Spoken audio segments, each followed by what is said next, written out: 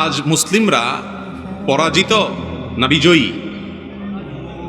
বাহ্যিকভাবে আমাদের বুকটা কি খুব টান টান করে আমরা দাঁড়াইতে পারি না, মাথা নিচু অনেকটা? এর কারণ কি? রাসূল করিম সাল্লাল্লাহু আলাইহি সাল্লাম বলেছেন, একটা সময় আসবে যে অমুসলিমরা, আল্লাহর দুশমনরা, অন্য ধর্মের অনুসারীরা বা আল্লাহকে অস্বীকারীরা তোমাদেরকে ধ্বংস করার জন্য একে অন্যকে ডাকাডাকি করবে। তারা ডাকাডাকি করবে কিরকম?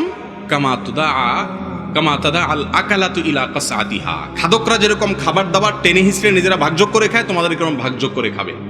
সাহাবা একরাম জিজ্ঞেস করেন, ইয়া রাসূলুল্লাহ, কারণ কি? আমাদের মুসলমানদের এই পরিণতি কেন হবে?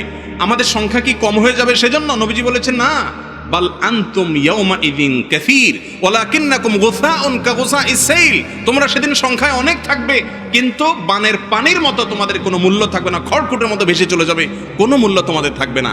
সাহাবীদের যুগে এক ওমর রাদিয়াল্লাহু তাআলা আনহু, একজন সাধারণ সাহাবীর দিকে তাকানোর ক্ষমতা কোনো অমুসলিমের ছিল না। আর এখন মুসলমান পরিচয় দিতেও অনেকটা কুণ্ঠাবোধ করতে হয় অনেক ক্ষেত্রে, ঠিক না বেঠিক? এই অবস্থা হবে যে নবীজি আগেই বলে গেছে। কারণ কি?